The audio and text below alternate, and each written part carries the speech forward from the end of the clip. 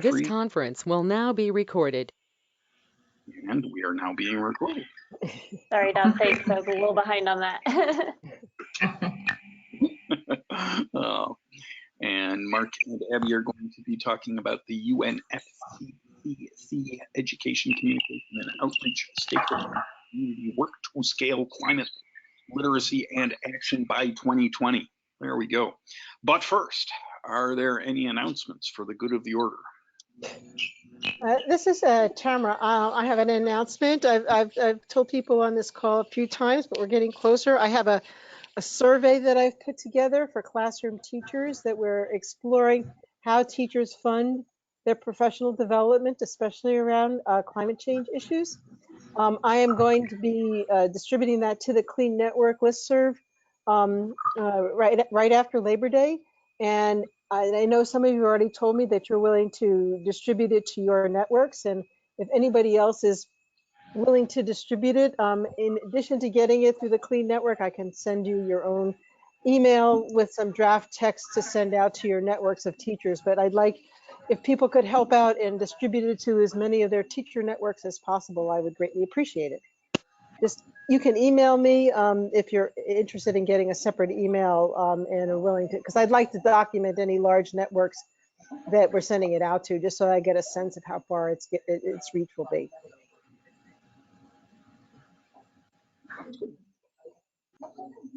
Are there any other announcements?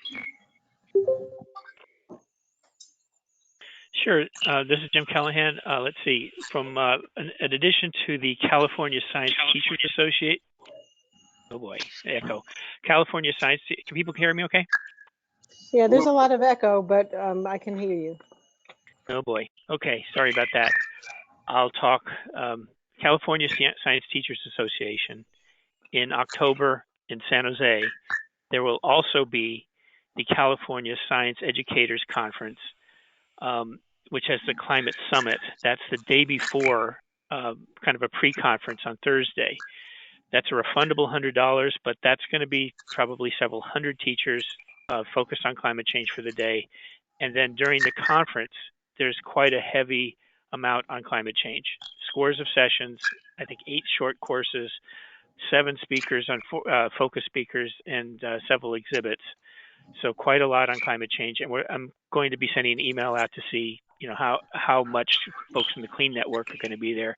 Certainly climatechangeeducation.org and the Mobile Climate Science Labs will be there. And lastly, we will be looking to try to connect with, because it's been so disconnected, the official school programs being disconnected from so many other programs that happen, like the science festivals that are happening the next week and the next week.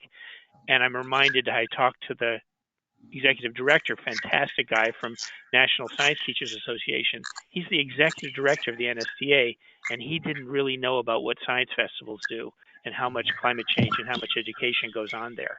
I mean, it was like he was just overjoyed to learn about it, but that there's this huge disconnect between things like science festivals and the formal schools, including in California. And we're hoping to come that together, because that's like, we're much stronger when we bring our resources together.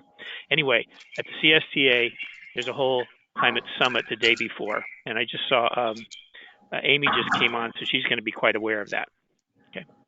Did that come through okay with all the echo? Yeah, thanks, Jim. But I was going to just make another announcement. This is Katie. Just if everybody could sort of mute themselves. I know sometimes that's harder on the phone, but we're getting some background noise from people. So once the presenters start, if I keep hearing, I may just sort of mute everybody. So either mute yourselves, and if you do end up wanting to talk towards the end and you don't hear yourself or nobody hears you, double check, and it may be because I muted you. So thanks, everybody. Are there any other announcements?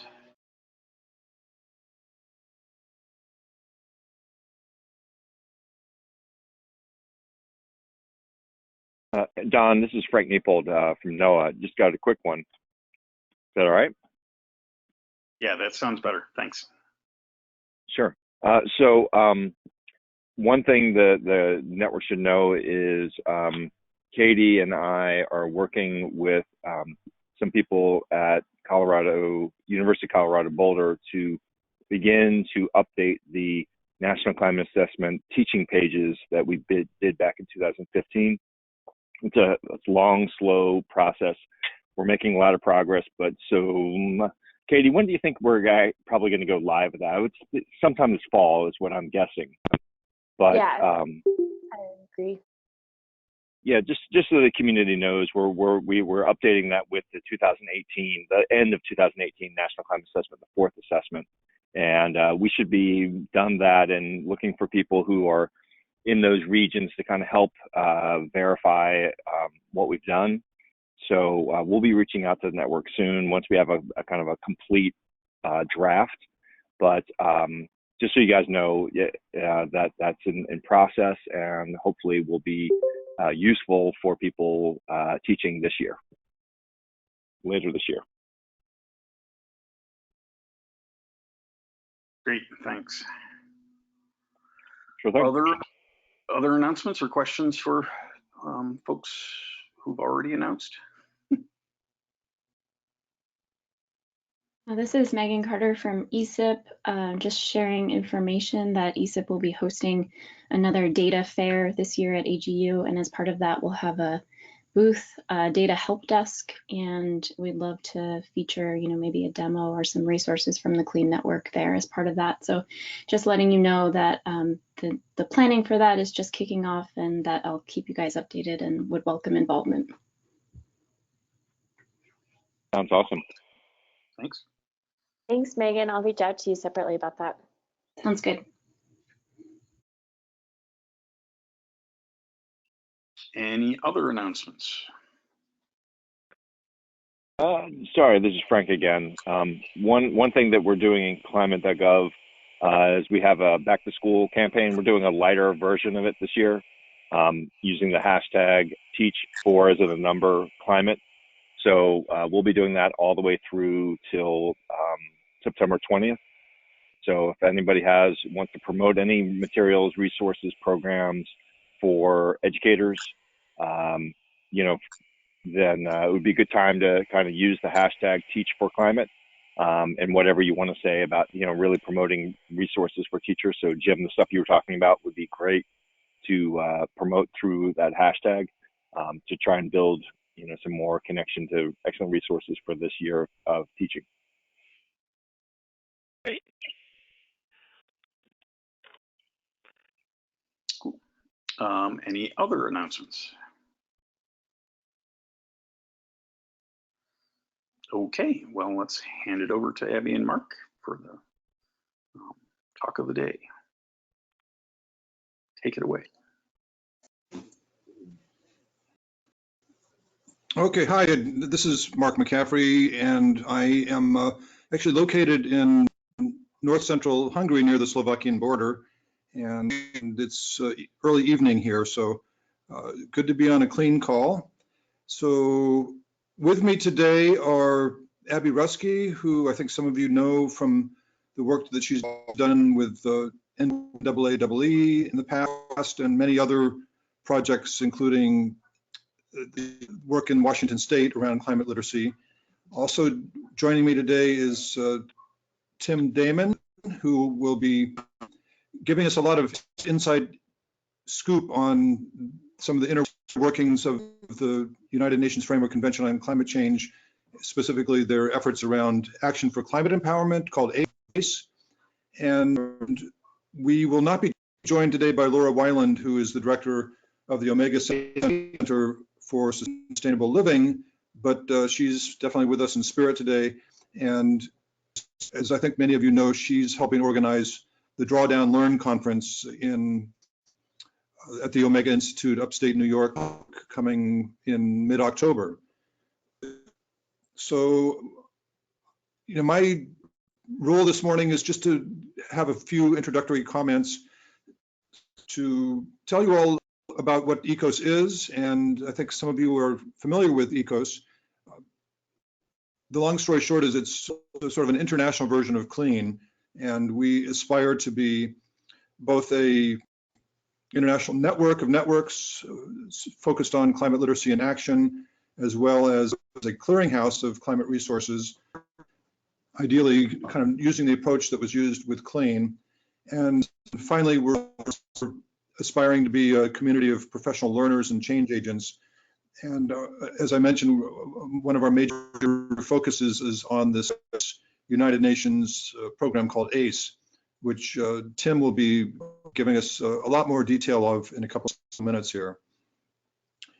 So just very briefly, we can go back to the International Geophysical Year in the late 1950s and see some of the very earliest education, communication, and outreach efforts related to climate change. The National Academies published a little book called Planet Earth, The Mystery with 100,000 Clues. And fast forward to 1992, when the Framework Convention on Climate Change was signed and shortly after ratified by essentially all the countries in the world. And as a part of that convention, Article 6 is very specific about how the nations are tasked with developing their own education, training, and public engagement programs, as well as engaging in international collaboration and cooperation. So over the years, not a lot has happened in terms of fulfilling the letter and spirit of Article 6. So in 2012, at the COP meeting in Doha, the Doha work program was developed to try to revitalize Article 6 of the convention. And a couple of years later, they decided, actually at a subsidiary body meeting in Bonn, Germany, that I was fortunate to attend shortly after moving to Europe, they rebranded Article 6 as ACE, again, Action for Climate Empowerment, because they felt like Article 6 is just too technical and nobody really knows what that means.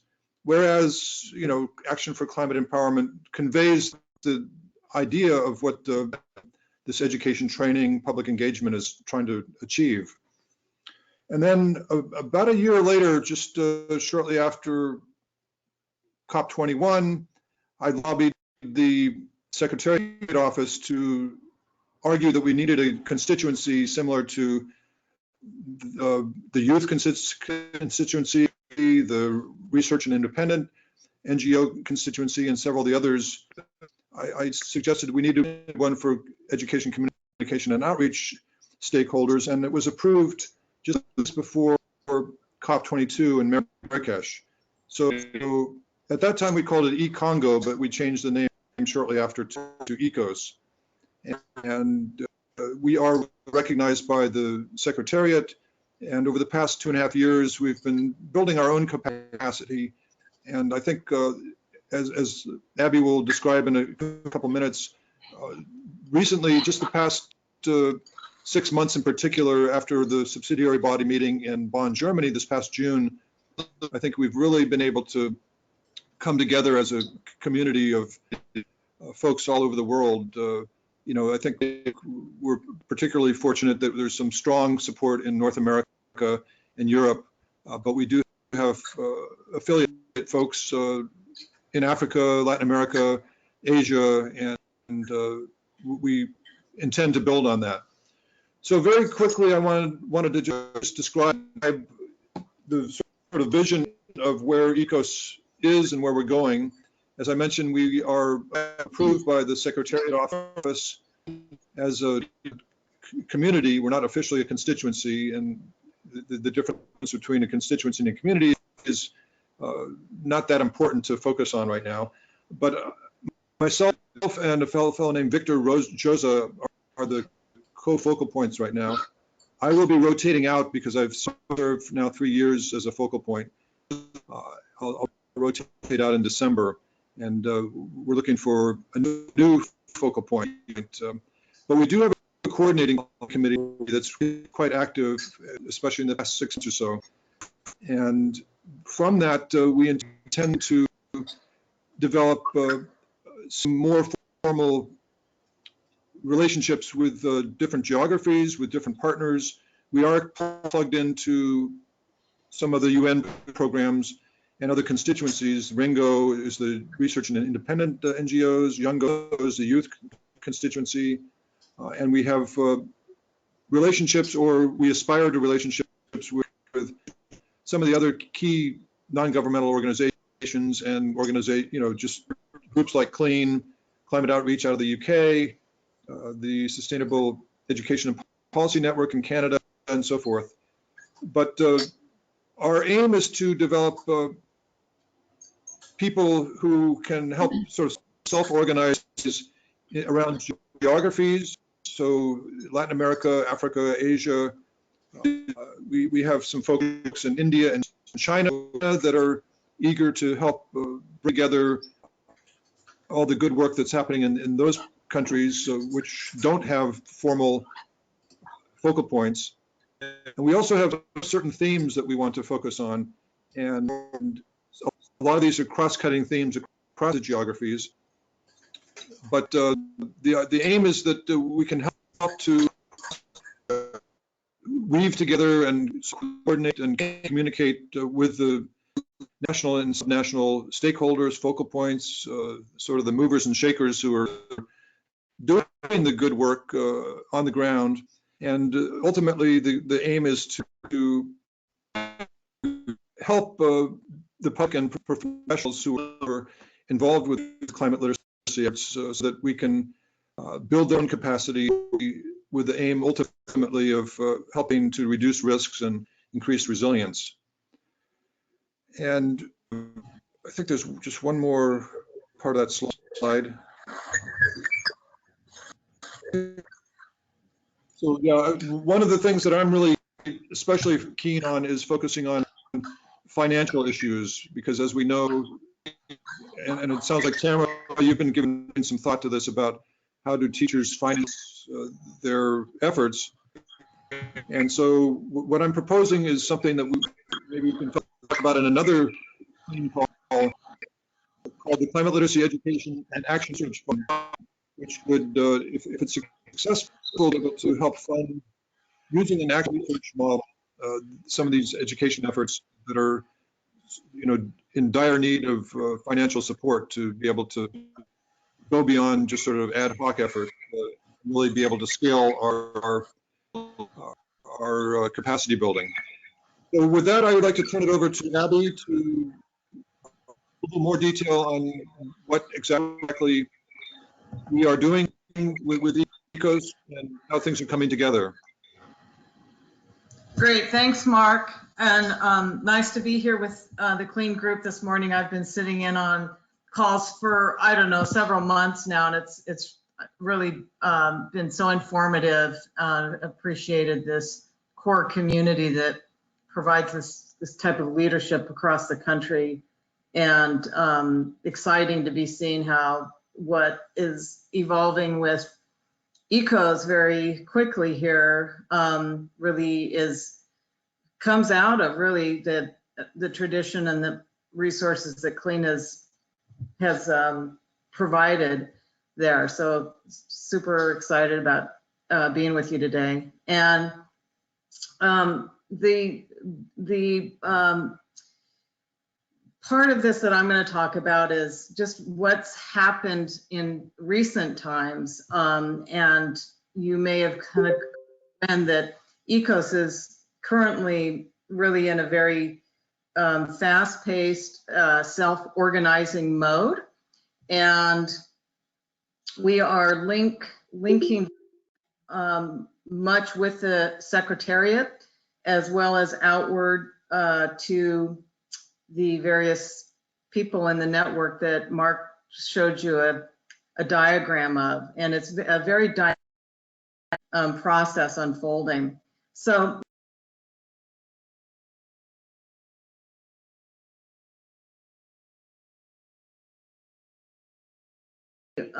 there's a story. Once upon a time, the story is from Katowice, I hope I said that right, to Bonn, and it entailed a few CLEAN representatives, including Greg Walker, teaches at Portland State University, and Eileen Duhan, based in New York, who heads up the CHACTA organization, and really having reflection after a not very high-powered or effective COP in Poland a couple of years ago, or actually that was just last year.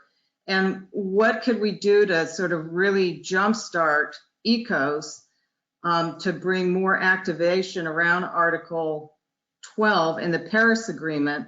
And they started talking around the need to actually bring structure to being for ECOS. Mark and Victor had been able to really attract and engage a lot of people in the network. Now, how could we take that, those representatives from around the world, and go further? So they hatched a guiding document, and they, together with Mark and Victor and Danae Espinoza in Mexico and a few other people, put together something based on what is really a framework Greg offered us called 4 Ps, with the first P being our purpose, which is to optimize the potential for safe, just, and regenerative climate action. And I think increasingly it's really climate action and deep adaptation. And as we go forward with this guiding document is something that gives us structure, but of course we hope to have that continuously changing. You may have seen this diagram that Mark has been sharing for a few years here now. Our focus is, of course, education, communications, and outreach, and both the overlapping and lifelong way that happens, recognizing that today it's really all life, cross generations on deck right now. So we're really proposing to activate all of that, and that being our purpose. Our people, as it says here, are any individual or organization concerned about climate change who would like to support informed climate decision making. In our guiding document, you will see a lot more detail to that. And we're initially really focusing on the UNFCCC and the leadership within it, initially working together with ACE and bolstering ACE, because a lot of decision makers in the UNFCCC process don't even really understand education, communications, and outreach, and how that is a field, and how much capacity has already been built around that. So we're really initially focusing there, but everyone is invited into a tent. It's intended to be a big tent, and we are, as Mark mentioned, in next step seeking to build the capacity for that tent to be as big and as effective as possible. The process includes some real thought around our membership and leadership, the sort of UN tradition of civility, and the philosophy behind respect and relationship building, communication participation, and our process is really, I call it the ECOS ethos. It's a very fluid and collaborative group of people who are doing a lot of work, drafting contributions. Tim will talk about some of that, and maximizing collective impact. And the products that are coming out of it for our 4th P are geared towards awareness raising, educating, tutoring, providing and sharing information, youth empowerment, and supporting the youth empowerment underway, and capacity building. And we have some emerging and generative code-generated projects in the works, such as a knowledge sharing system, again, modeled, hopefully expanding upon what CLEAN has already created.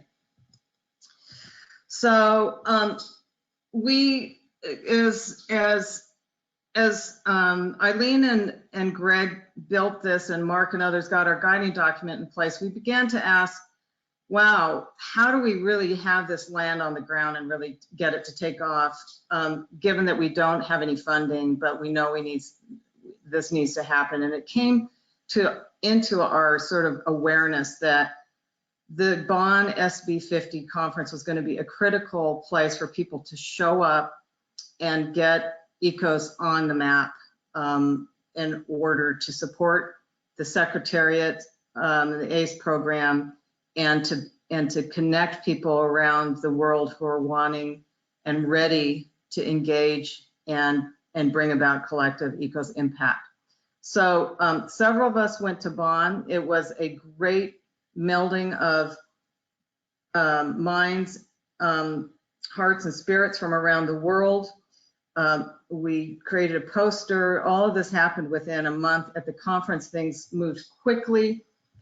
We had never all worked together or even been in the same room together, but it was pretty amazing that we just had this calling and got so much done there. We split up. We went to various side events, such as this one from the indigenous peoples, made partnerships right and left, raised some funds, held up a reception, got on the docket to have a press conference, had organized that, held a press conference, and we even had time to go out and enjoy ourselves a little bit and build community within our group. I just love this tree, so I had to show everyone this. And these are just a few of the members that participated. We had ongoing meetings from day to day at 10 o'clock in the morning in Bonn, and made just stupendous progress each and every day.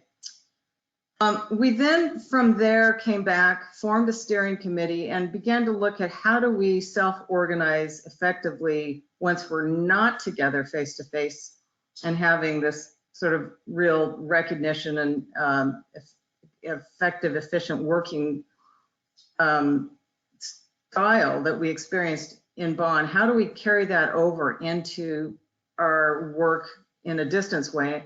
So we, loosely speaking, we're based on a sociocracy model, having a plan, a structure, and a circle of equals, and really multiple circles of equals.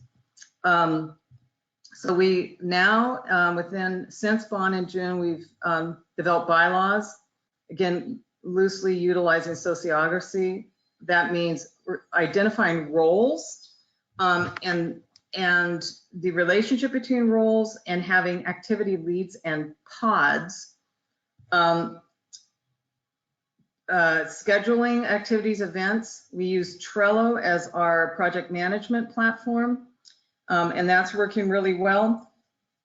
We've held just a series of weekly meetings just to get this work done. So we have a new logo, a website, and a listserv, and are actually, as I believe, as we speak, the new website is launching and building.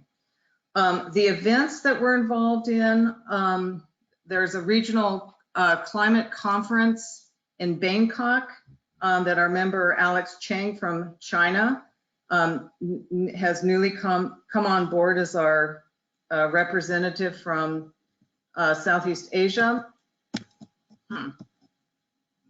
No, I don't know why that's not clicking. Let's try that again. There we go. A lot of activity around raising ambition. Frank's participated in these calls to help us launch a lot of this. The UN Raising Ambition Climate Summit taking place the week of September 20th and 27th is something ECO's very involved in. We're going to have our own event there. Here's the address. If any of you are able to be there and join us, that would be great. We'll hook you up with the people who are organizing that. That will also be shared online. And then Mark is going to an international symposium on ACE in Austria, October 13th through 15th. And that will be reviewing the Doha work program that Tim's going to talk a little bit about after me. Then there's a Drawdown Learn event that's really growing in the participation of folks that are connected between the clean and ECOS world. And that's really exciting to showcase climate solutions. And then there'll be an ECOS session during that conference and a retreat. And then in Santiago, we will have an ECOS, a similar series of activities that we had in Bonn, but It will be geared more to a COP as compared to an SB meeting. And then we are teeing up to return to Bonn in June and participate again in those dialogues and negotiations and strategies. So those are some of the events we're involved in. A little bit more about the Drawdown Learn Conference. Laura wasn't able to be with us today. This is October 18th through 20th in Rhinebeck. Youth are going to be very much featured at this. The core Drawdown team, their executive director, Jonathan Foley, Catherine Wilkeson, and Chad Frischman will be there. Renee Lertzman, climate psychologist who deals a lot with hope and action. Rihanna Gunn Wright, the person, key person behind the Green New Deal. Alexandria Villasenor, who's the Greta Thunberg of the US, has been striking in front of the UN. Azayi Bastida and other youth activists, including a handful that I'm bringing out from Washington State, along with some tribal reps. Jamie Cloud, Frank, Jen Kretzer, myself and others will be there doing sessions. Hank Rogers from Blue Planet Foundation, over 50 presenters in total. And I don't know if you all have been to New York or Rhinebeck or that place, the Omega Institute. That's a lovely setting. And we will be holding again a ECOS strategy session following the Drawdown Conference. Everyone is invited. The organizer stopped showing my webcam. Sorry, Abby, I noticed you had, I think, accidentally pushed. We started seeing your video playing up there, and I don't know, it just increases the bandwidth to have the video playing, so I stopped it for you. Oh, I didn't realize there was even a video there. Okay. I didn't think you did, so that's why I stopped it. All right, thanks, Katie. Yeah, and then just to wrap up this part, so the session highlights at the conference are professional development for educators and education stakeholders and students, strategy conversations and resources. This will be free live streamed from Omega. And also there will be satellite viewing sites that are taking advantage of that live stream, but anybody who has a computer and internet can take advantage of it. There'll also be a Facebook media zone, and as I mentioned previously, a special ECOS session that features the UNFCCC Secretariat, the two people who head that up internationally, representatives from ACE, and then Mark, Tim, myself, others, Frank, others that are on the steering committee will be engaged in the conference. The session that is being held is going to really talk about the role of ECOS in achieving Article 12 and the work taking place in the US that intersects with that. And Frank's going to be speaking to that piece in the session. So it's really going to be an exciting culmination of work and strategy going forward at Omega. So with that, I will pass the speaker baton off to Tim to talk more about ACE and the Doha work program and to bring you up to speed on that. Thank you. Great, thank you. So we'll just take one moment here for me to switch over and take control of the presentation slides, and I'll introduce myself while I'm doing that. That I've been working in the international space of climate action for quite a while now, and thank you especially for CLEAN giving us a chance to present here, and I'm hoping that through that and the other work I'm doing with ECOS, that it will help me to be more engaged on the domestic side of what we're doing as well. So hopefully you should now be seeing the slides again. So before I get going, we've got this official, very nice package here from the Secretariat of the UNFCCC that gives you the explanation of what are these 6 elements of ACE, or Action for Climate Empowerment, that we're talking about. They're pretty self-explanatory. I won't run through them all. You probably understand them, but it's a very nice slide to be able to refer back to or share with other people to explain what it's about. So very quickly, our goals here, we're going to give you the very quick version of what's this history of education within the Framework Convention, and then focus more on what's the current situation, because we're at a very important moment right now in the next year. And I also want to talk about the US context and then how ECOS is contributing to that agenda. So really, because the current framework, which I'll get into talking about, for ACE is coming to an end next year, the next 10 months are going to be very crucial in terms of defining what's going to happen within this global framework as we go through 2020 to 2030. And we'll go through that core history of, ACE has been around since 1992, but it's been an iterative process building that up. And unfortunately, the United States has not really been at that international, intergovernmental level, the most constructive or most ambitious partner in that. And we'll get into talking through some of those details of our own context. So here you have all on one slide for easy reference, what I would say are the 9 key milestones of what's been going on. And I have slides that are going to talk through each of them, but you can refer back as well to this one for all of them in one place. Again, these are then the 6 elements that we had, which were established in 1992 in Article 6 of the Convention. We already showed those, but the key things to take out is that from the very beginning, they were linking the need for education, training, public engagement to that ultimate objective of the Convention, which is, of course, to stabilize greenhouse gases at a level where human civilization isn't toast. And they already knew from the beginning that we're going to need all these different ACE elements. And they linked that to the national communication. So countries are responsible to update all the other countries on, here's what we're doing to implement the convention. And that includes Article 6. And in fact, as you may know, Frank Leopold has been one of the people who has written these education portions of those national communications. So it's a great insight we can have from him into how that works. And then regardless of whether any governments sign on to other instruments like the Kyoto Protocol or the Paris Agreement, we all fundamentally since 1992 had this overarching objective to do education. So even if we would no longer be in the Paris Agreement, well, we still have a commitment from 1992 to be doing this. And that was under, the H.W. Bush administration admitted that, hey, we need to do climate change education.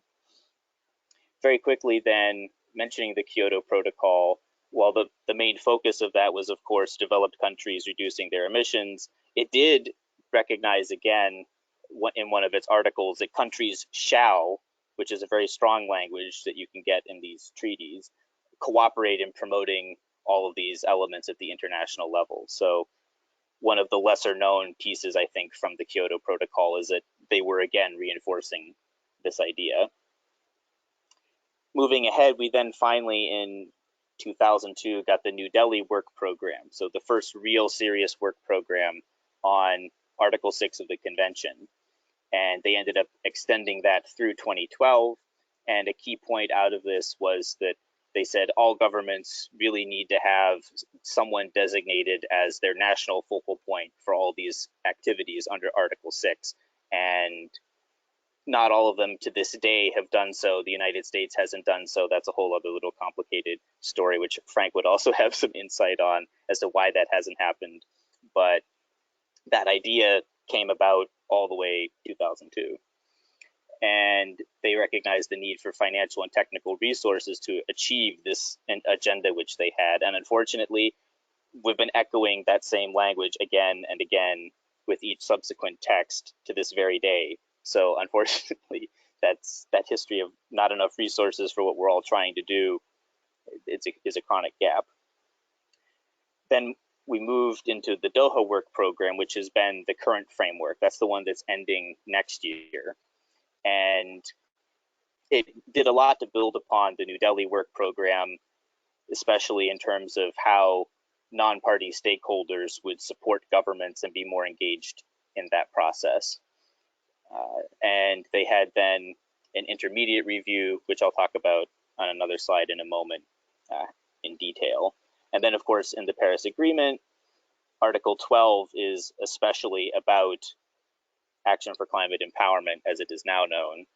And yay, it was the first first consensus article out of the negotiations, but it was also very short and doesn't go into any detail. But that's also true of most of the Paris Agreement. It was a framework, and that's why these recent years have still been having to get into the nitty-gritty details, which still a few of them aren't even fully agreed out of the conference in Katowice last year. But we did get there for ACE. So then this intermediate review, which is the session that Mark also mentioned having been in Bonn, Germany, and this is where they officially adopted that new name of Action for Climate Empowerment. They noted again that need for financial resources, and they formalized this annual education day, which is now a commonplace event at the COP each year. Just to, in this theme of demystifying, I would just add, what did this intermediate review really look like? Well, you may have this grand vision of a very involved process, but really it was online submissions by governments and NGOs, other stakeholders, and then a few government delegates sat around a relatively small square table set up in a room and said, well, this has been our experience of trying to implement the work program. And in the 2 weeks, they spent only maybe 3 or so hours having sessions where they drafted a text, and then that text was considered the outcomes. So I personally had felt that it didn't live up to a more rigorous assessment and review kind of process. But that's how all of these negotiations boil down. Is there's a few delegates in the room. Some of them have been following this a lot. Others have never followed it. And yet they're the ones who are making these decisions about what the global framework should be.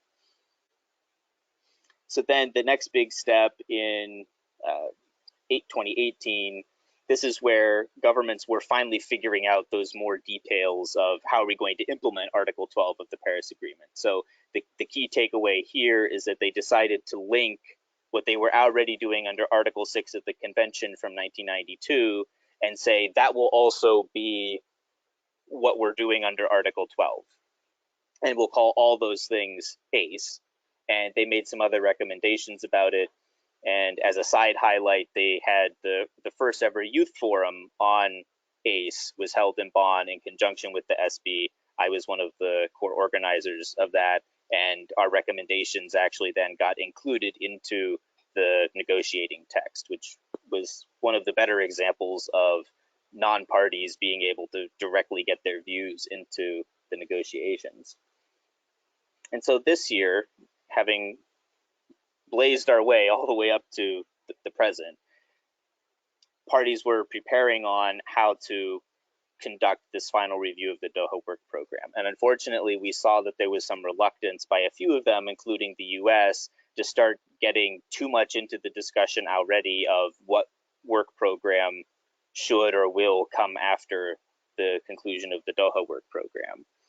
And while there will be some education related events at the COP in Santiago this year, there won't be any negotiations. And that's another dynamic, is that because education has always been seen as sort of a separate track and not necessarily as much of a priority, it's always been negotiated within the subsidiary bodies, or this smaller meeting that happens more usually in the spring or the middle of the year.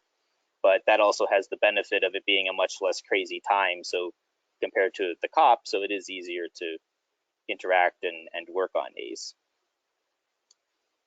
So as we're moving forward, the big piece is that both governments and everyone else from civil society can make submissions on the topic of our own evaluation of the Doha Work Program, but then also what we think should come after that. And the deadline for that will be 15 February of next year. And I'll describe a little how ECOS is working to feed into that. And then, of course, in June, there'll be just 10 days with a few negotiating sessions each day for them to both evaluate the final review of the Doha Work Program and design whatever is going to come next. And then when we get to COP26, again, they wouldn't have any debates, any negotiations on it. They would simply be gaveling whatever they decided in June. And then ideally, we have that new framework to guide 2020 to 2030 on ACE. So that was the very quick version of the timeline. Hopefully you're still with me. And where we want to go now are some key reflections, a little on the political context, and then dig in a little bit more on the US piece and the way forward, and then still have time for some discussion and questions, hopefully. So we've recognized this chronic lack of financial resources. It's not very much of a priority by many of the governments, which, to be fair, they do have an incredible and vast complexity of agenda items that they need to address in these sessions, and only a relatively small time in which to do it. So I understand why they're not putting as much emphasis on it, but if we really want it to be meaningful, they do need to prioritize it a bit more.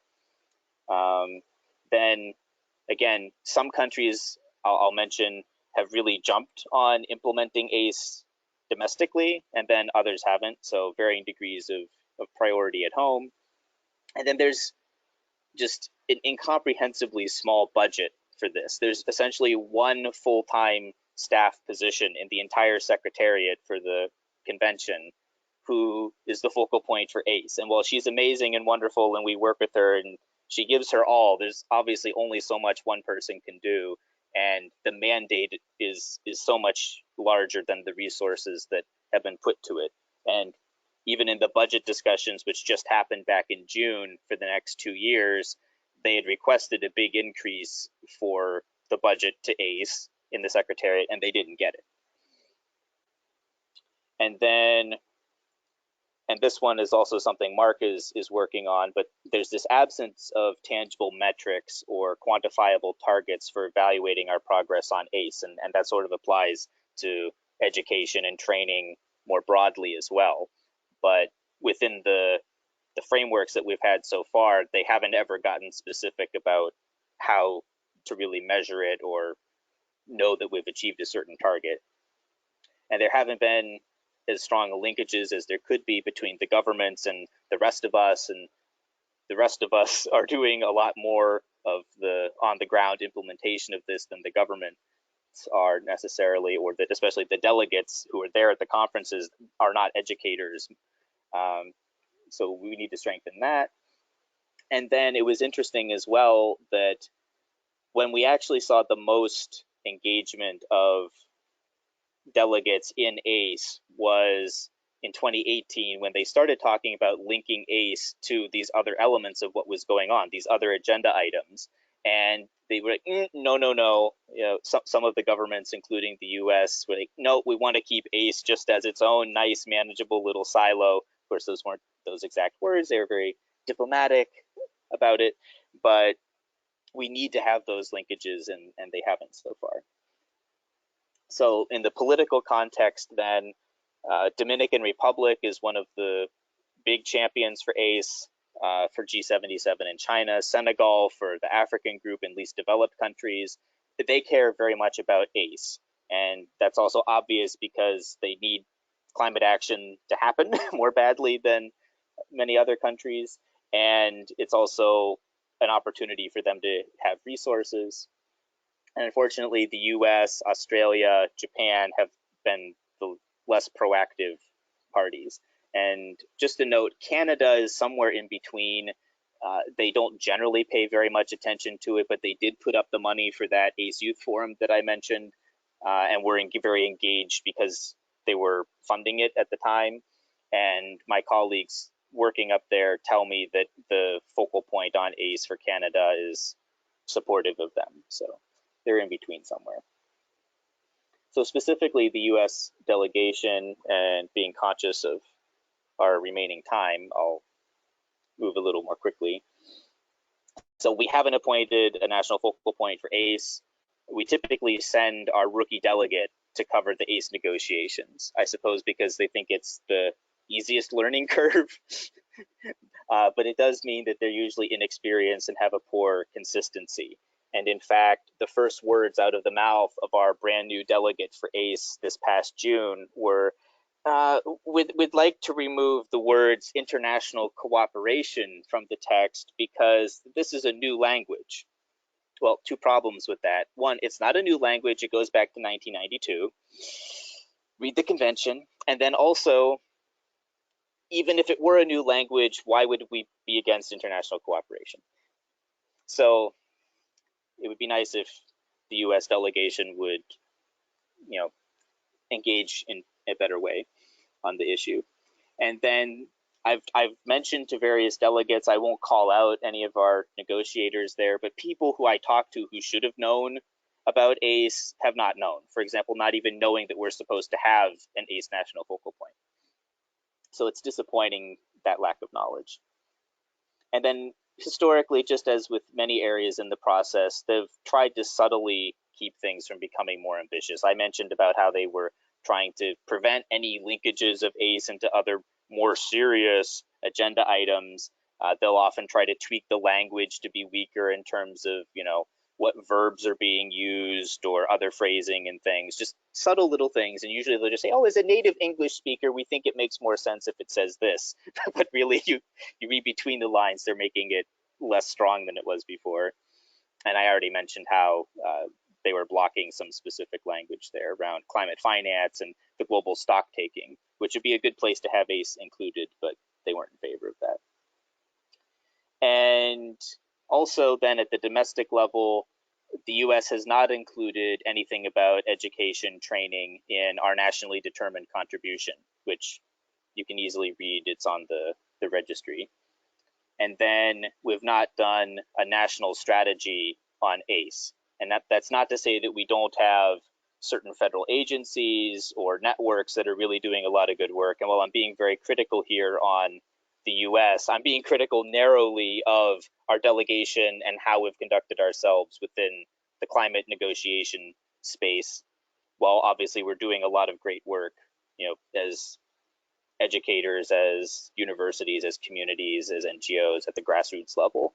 But we're not getting that support from the federal level that we should be. But even the Dominican Republic, again, here's an example from their nationally determined contribution. They include capacity building and youth, and they mentioned that in their national development strategy that they've elaborated more on how they're going to do that.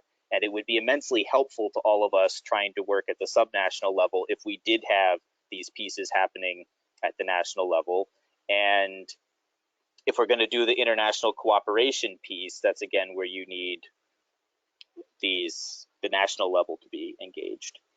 So ECOS will be preparing our submission, as mentioned, for February of next year, and that's going to be really important to try to drive the process, and we're going to be working through all those events that were mentioned to build upon the broader support for what's going to happen. And really to enhance ACE, it's address all those gaps that were mentioned, make really good submissions, keep a close eye on the United States at the conference next year in Bonn to make sure that they're not going to do anything that hinders moving forward with a new framework on ACE. And then maybe just to throw out an idea, we should have some kind of a conference next year in the lead up to Bonn that would really be the subnational level rallying on a national stage to draw more attention to this, to further our own connections. Because while Frank and I are working with Laura and other ECOS members to include those sessions in the drawdown conference, we need something dedicated to that and bigger. So with that, you have the ECOS website here as a link. There are two documents that I've produced, which if you are interested more in the UNFCCC, I've got a really nice backgrounder on that and a briefing note on the session. And then here's a few selected links to things that I've been discussing and there's many more links in my other document, which we'll share with you. And so with that, thank you very much. And in the little time that we have left, we welcome any questions or discussion. Questions? I see there are some comments in the chat. We'll open it up for questions via audio. Okay, this is Tamara. I may have missed it in your presentation, but because you may I might have missed it, but the defining what's being evaluated, the Doha work something. What is it how is that different from COP? I mean, it sounded like that there were separate meetings that were aligned with it, but I was just not clear about how that work fits together. Yeah, that's a good question because it is a vastly complicated process. So the Doha Work Program is an agreed framework which makes recommendations, suggests different actions that governments can take. So they then would have specific meetings in conjunction with the full meetings that they're having where they cover the entire agenda. So outside of those meetings, what can they be doing? And that's articulated in the Doha Work Program. Okay, thanks.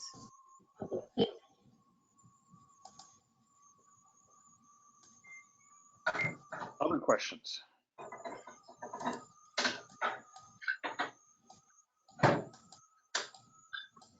The Doha Work Program is a document actually that guides them as well. Sorry, go ahead. Another question or follow-up? All right, yeah, this is Tamara again. So, you know, a lot of us in the Clean Network are involved in specific climate change education activities or outreach activities or youth engagement activities. How could we see our way to fitting into the activities of ECOS? Maybe I could just make a couple of suggestions on that question. Because as Abby described, we're in a growing mode right now, and we're starting to form these, you know, like geographically focused organizations. And my particular interest is also in exploring some of these themes, for instance, action research, and to pull together kind of an ad hoc group of folks who would be interested in further exploring how do we, you know, come up with the best measures for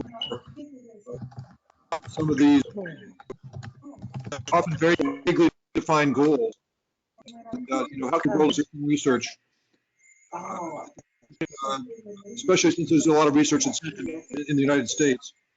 And another way to get involved would potentially the issues around funding and coming up with a strategy to recommend to the Secretariat of how perhaps there could be an education fund to help fill in the gap that many of us experience in terms of trying to get our programs off the ground.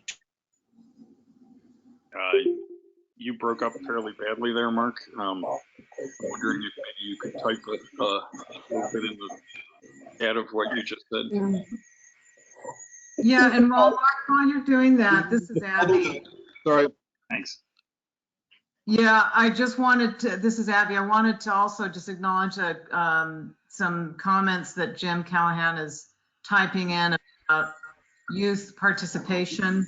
And Jim, I just sent you a chat response about our effort to get engagement from the Global South and including African youth delegations. There is some background noise, if somebody could mute. In any case, we are actively working to get Global South representation in the ECOS structure that we're building, as well as participation at these various events. And I agree with you, Jim, that there's lots of ways to work this quickly. We shouldn't let government or money get in our way, but it opened these doors for the youth as best we can. So, and to Frank Gallagher's question last time and via email about technology and ways of increasing participation without expending carbon to get to these places, we're really interested in how we can maximize technology and increase participation and voices of people at these events. So if anybody in the Clean Network can help us with that, we are welcoming of that. Thank you, Abby. And go ahead, Frank. Just a quick point. I really appreciate everything you guys have brought to us today. I mean, I think that the spirit of what we tried to do in Clean and what you're trying to do in ECOS are completely of the same approach. And as the federal lead for Article 6 reporting, not negotiation, for the last set of rounds for the United States, the only way I can report on all the sizable contributions come from the community that is Clean and our work. So one of the things I really appreciate about what you're doing here is that government to government is one vector, and that's the way the UN works primarily here. But, providing the more middle level, middle out work, and then building that collaboration structure, I think that's exactly what we need to do. Even if we had a focal point, and I've been nominated to be the focal point for the United States 4 times, it's just not the way the State Department wants to go. But agencies like NASA, NOAA, NSF, and others, plus partners, plus, have actually filled in the spirit of that in more robust ways than we would have done with a very top-down bureaucratic structure. So I think that there's lessons to be learned there. So hopefully when we do the Doha program, I don't know many people in the Clean community know that we're fulfilling the Doha work program without calling it the Doha work program. So, so Tamara, I've known about this forever, but trying to get all of us to know we're working on the Doha work program in the United States, probably wasn't the best use of our time, but we did amazing work and we continue to grow and do the best we can with resources we have. So I think, maybe it would be good for us to have a follow-up call to really dig into the details of what was the Doha work program and what are the ideas to kind of replace it. So if there's an already negotiating language, it'd be good for us to get into that detail sometime before February so we can put our best contributions forward. Thanks. And thanks to Mark for putting a few words in the chat about what he said that we didn't hear very well. Go ahead, Jim. And we are a little past the top of the hour, so we'll be quick here. Yeah, and I'll just jump in. I'm going to leave the recording going and such, but yeah, if people need to leave, then you can access this online later too. So. Go ahead. Thanks, Don and Frank. I would chime in as a climate educator and have worked with folks internationally is probably the single most valuable thing is if there is a way in which different educational programs in different parts of the world can know each other, what we're doing. Who's got what, who's can share, who's looking for things in Fiji, who's got things in the rich countries like the United States, and let the sharing begin. And that's if that can be happening, because we made that happen in Copenhagen, but then it was a Denmark funded program and it all disappeared when that COP was over. That was really starting to go. And I think there's the other one of like, that's what we need. To me, that's the first thing we need is just who wants to collaborate internationally. And if we can just have that as simple web pages and things, then it'll be kind of like at a certain point we have discussion with ACE and of course not ruffle feathers, not get you guys in trouble, but how do we do things where it's essentially, hey, look, the students, the teachers, they're moving, they're doing things. Do you want it to not be part of what the UN is doing? Do you want it's going to go on without you? Do you want it to be part of the UN, or do you want it to be, outside the UN? But we don't want the UN to be suppressing international cooperation because it's always, there isn't funding. Let's wait for the UN. The UN is where it's going to happen. It can be happening outside the UN. Maybe it should be, have the UN come in and say, okay, we're going to be part of this, but don't get in the way of the students. I am dead serious. We can get you dozens of families who are ready to send resources to Senegal, to Democratic and Fiji. What can we do to help? How can we help? How can we send you video cameras so the rest of the world will know what's happening in your country, what your students are doing, how we can help? We get that out. We don't need the government to do that. The government is totally not needed for that. And for the other governments who want to support, we'll work with you. You can't stop us, U.S. government. You can't stop us, Australia and Japan. We are citizens in countries that are allowed to communicate with other people in the world about education and science. I'm sorry. We're going to do it. And that right there is the spirit of ECOS. And I think the other part of ECOS is that we're very, the experience of working with the UN and the experience of somebody like Tim is, and Frank, is to know where to move strategically and how we can support what capacity there is, because the people who are in those roles, like Adriana, you know, are our counterparts, our colleagues, and we do want to work with them. So it's a both and thing. That's really what the spirit of ECOS is. Awesome. Okay, and I think with that, since we're at 2:06 Eastern time, we will call it a day. Thanks very much. Interesting stuff. Keep up the good work. Thank you. Thanks, everybody. Thanks, you. Abby and Mark especially, and Tim for presenting today. Thanks all. Thank you. Bye-bye. Cheers. Bye.